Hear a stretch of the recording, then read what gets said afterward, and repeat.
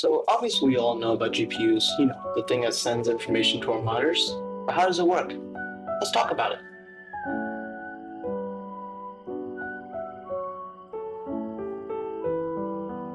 First things first, a simple but negligent use of computer terms I see from amateurs just getting into the hobby, and sometimes myself, is the idea that graphics cards and the GPU are the same. Now hear me out, they do sound similar. The most notable difference is that a GPU is actually a part inside a graphics card. The GPU, or the graphics processing unit, the part that renders and develops the very video you are watching right now, usually comes soldered onto your PCB, sometimes seen on some laptop motherboards, or on most, if not all, PCBs of your graphics cards. But the GPU isn't alone, using other electronics like VRAM, DPU, and other parts. And calling it a GPU is discrediting and disrespectful to all the hard work that all the other components do to make your graphics card work. But I digress.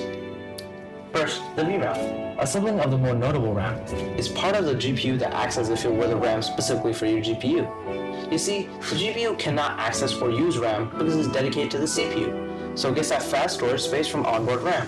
A little hint if it's confusing. The reason it's called VRAM is because the full name is Video RAM, or Video Random Access Memory. Generally, you will see high levels of VRAM on more works-sided GPUs. This is because for gamers and gaming, RAM is not that necessary. Just like regular RAM, having faster processing will do the gamers much better.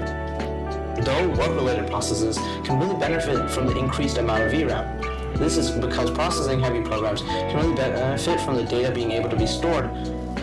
Unfortunately, no amount of RAM can help you run Chrome. Another part of the GPU, which sounds similar to the VRAM, is the VRM. Oddly enough, the VRM has nothing related to the VRAM. A VRM has a much simpler job of simply regulating the electrical voltage that, for this instance, makes sure your graphics card gets the correct and consistent voltage. Though the VRM, like many other parts in a GPU, is not only seen in a GPU. VRMs are also seen in moderate to moderate CPU voltage. The last part we are going to be talking about today is the DPU. The DPU, or the data processing unit, is a part of the GPU that acts as if it were a CPU. Well, the GPU is a CPU, but specifically it focuses on networking, security, storage, and infrastructure-heavy tasks. The DPU does this task relieving strain on the CPU and at the same time saving you money by decreasing power usage.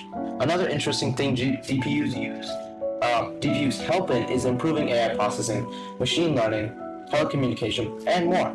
But that's not the only thing. Some specific GPUs are capable of running 2 or more at the same time, which is another reason we were in a GPU shortage.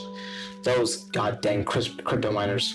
Basically, using the SLI header and the exact same GPU plus an SLI bridge, we can have both your GPUs interact with each other, allowing them to work together for GPU improvement. Now, these improvements are not going to double your regular performance. Honestly, they probably aren't worth it for most people, being that they're so expensive to do. But for certain people, like crypto miners, who can get hundreds of these GPUs, putting them together on SLI and mining can be really beneficial and be really cost effective. When you put all these and other tech like MOSFETs, capacitors, power headers, SLI headers, PSIs, 16 headers, and more, we get the GPU. Well, thanks for joining me and have a great day. Hope you learn more.